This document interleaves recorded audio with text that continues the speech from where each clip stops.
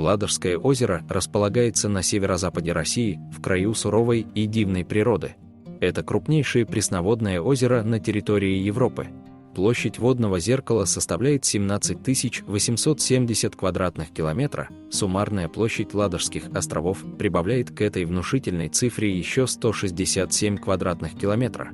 Размеры озера 219 на 138 километров, а длина извилистой береговой линии превышает расстояние от Москвы до Санкт-Петербурга, достигая 1570 километров. Ладожское озеро – важное звено Волго-Балтийского пути. В период навигации его воды бороздят пассажирские корабли морского класса, но судоходство здесь ограничено из-за внезапно возникающих штормов. Основной судоходный трафик пролегает через обходные каналы Волга-Балта. С глубокой древности в этих отдаленных краях селились христианские праведники. Небольшие скиты разрастались в монастыри, ставшие авторитетными духовными центрами России. В мрачный период репрессий 20-30-х годов минувшего века обители были ликвидированы, в их стенах содержались заключенные. В 90-е годы справедливость была восстановлена, и монастыри вернули Русской Православной Церкви. Сегодня Приладожье – один из наиболее популярных туристических регионов страны. Здесь созданы заповедники, охраняющие карельскую природу. В городах и поселках, расположенных вокруг Ладожского озера, выстроены туристические базы, гостиницы.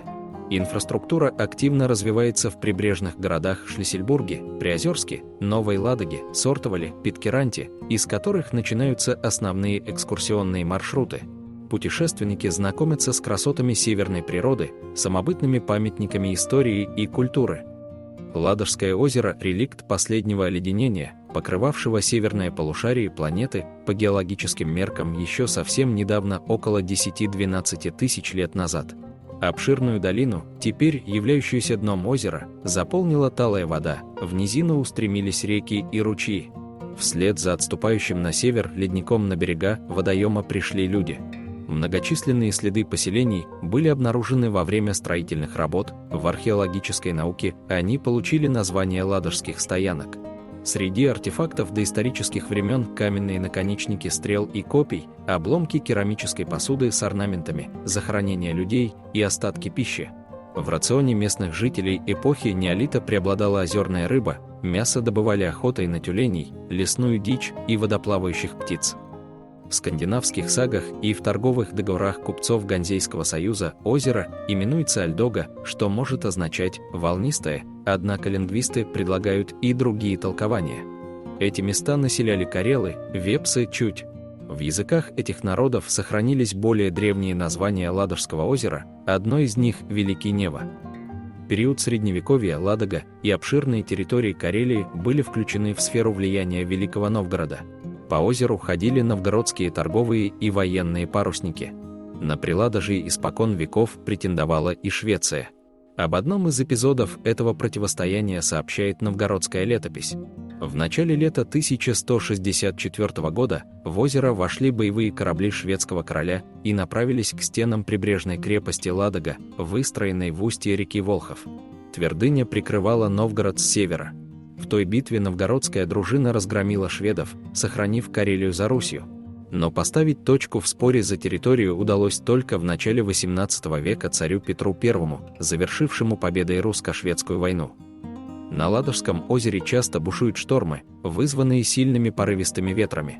Именно это обстоятельство, нередко приводившее к кораблекрушениям, вынудило Петра I принять решение о строительстве обводных каналов, обеспечивших безопасное транзитное судоходство. Строительство каналов продолжалось и в последующие столетия. Благодаря этим рукотворным водным артериям сегодня озеро связано с южными и северными регионами России оживленным судоходством по современному пути из Варяг в Греки, от Балтики до Азова и берегов Причерноморья. На Ладоге происходили драматические события времен Великой Отечественной войны. Здесь пролегала знаменитая дорога жизни, единственная ниточка от Большой земли к осажденному гитлеровскими войсками Ленинграду. В этом районе проходили крупные сражения, направленные на прорыв блокады северной столицы. Береговая линия Ладожского озера живописна и разнообразна. Северный берег сложен каменистыми грядами, сглаженными ледником, среди них разбросаны огромные валуны. Эта часть озерного ландшафта усыпана островками, изрезана глубоко вдающимися в материк узкими и извилистыми заливами, здесь их называют шхерами. Острова и побережья поросли березами, соснами и елями, в мшистом подлеске господствуют кустарники, в изобилии растут ягоды и грибы. В северной части глубина вод достигает 230 метров. Западный берег также каменистый, но склоны, украшенные смешанными лесами, почти не изрезаны заливами. Характерная черта восточного берега Ладожского озера – широкие песчаные пляжи, в речных устьях намыты высокие дюны, поросшие мачтовыми соснами. Здесь расположен остров Мансинсари, один из крупнейших на озере. Южное побережье низменное и заболоченное, его покрывают густые заросли тростника, тут находятся места гнездовий разнообразных водоплавающих пернатых. Прибрежная часть опасна для судоходства, под неглубокой водой скрываются каменные рифы и песчаные отмели.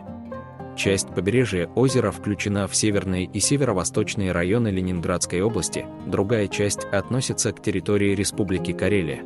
В Ладожское озеро впадает 35 рек, крупнейшие из них Волхов, Свирь, Вокса.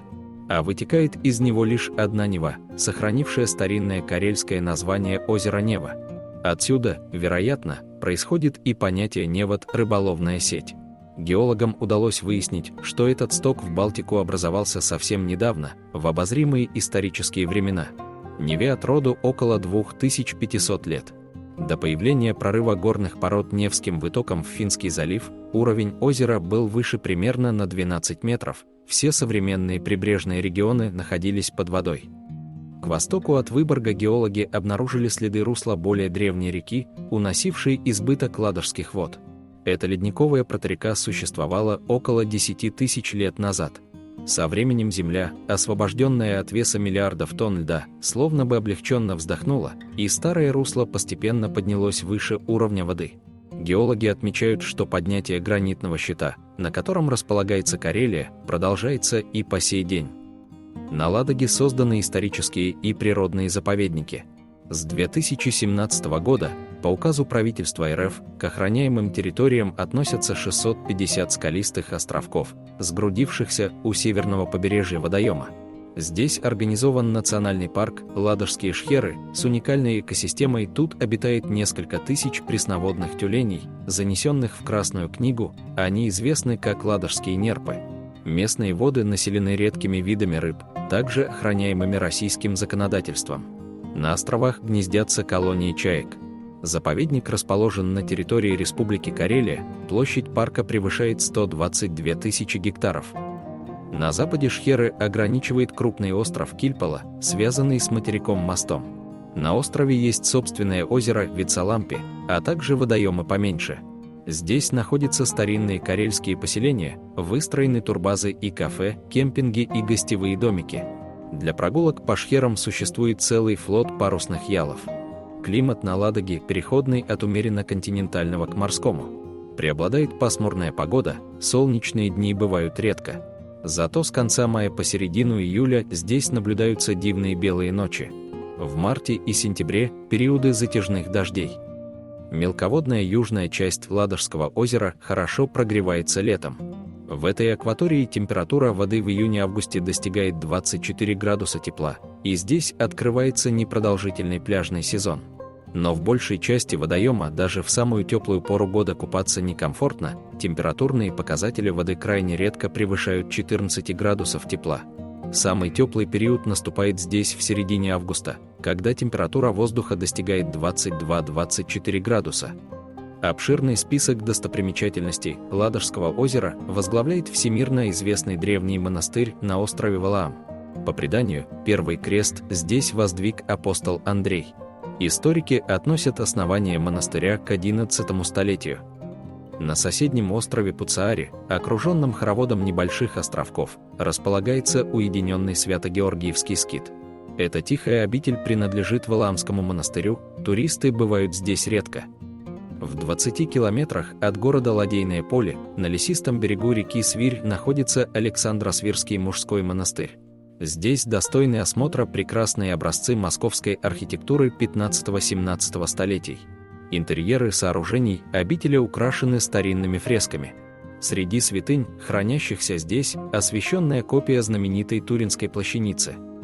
Интересную прогулку можно совершить по историческому центру города Сортовала, расположенного на северном берегу Ладожского озера.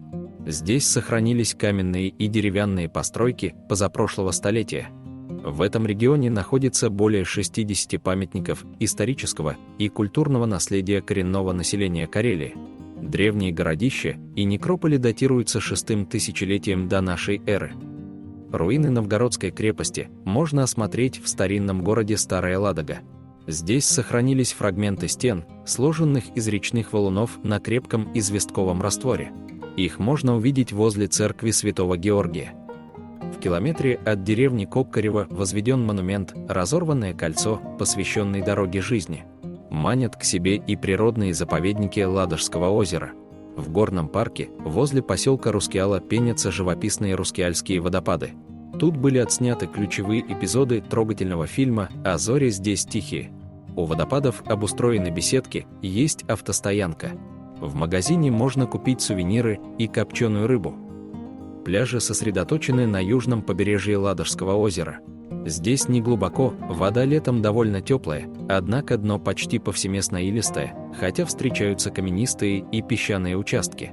В других частях водоема побережья гораздо глубже, вода за короткое лето прогревается неважно, к тому же ее охлаждают ледяные донные ключи.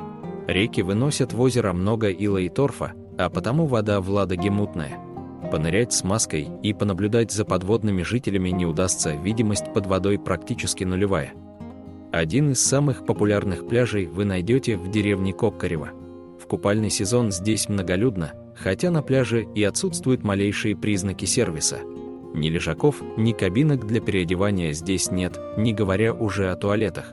От железнодорожной станции Ваганово к мемориалу «Разорванное кольцо» ходит автобус, но в Коккарево он не заезжает.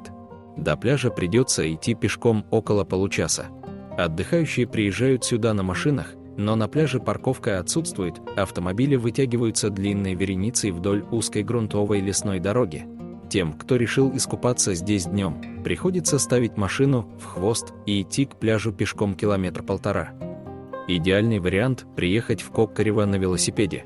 В этом случае можно отправиться вдоль берега подальше, найти в зарослях камыша уединенный пляж, где будет приятно искупаться и устроить пикник.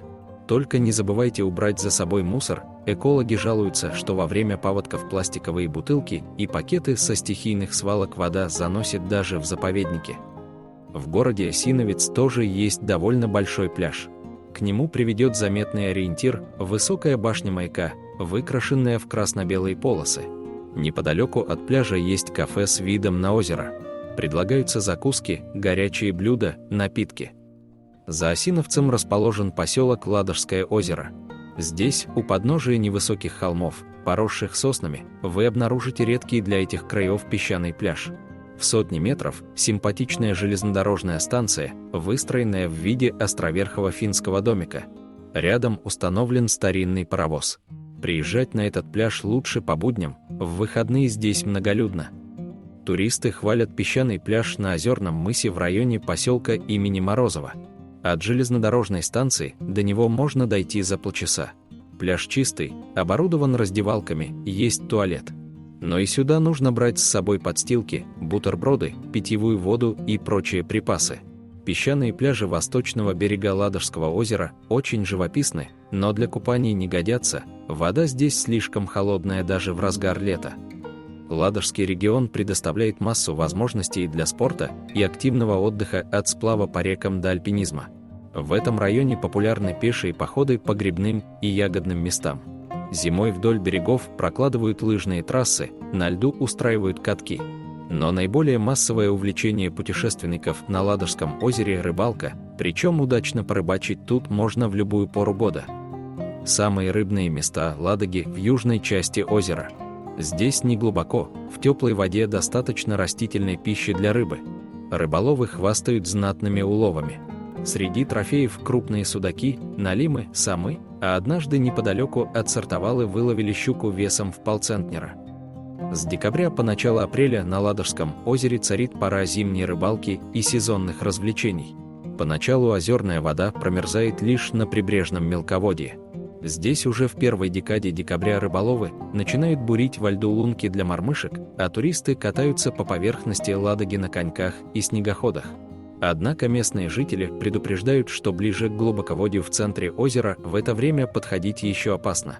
Там к поверхности восходят струи донных источников, над водой бушуют штормовые ветры, а потому достаточно прочный ледовый покров образуется лишь в середине января, когда ударят карельские морозы.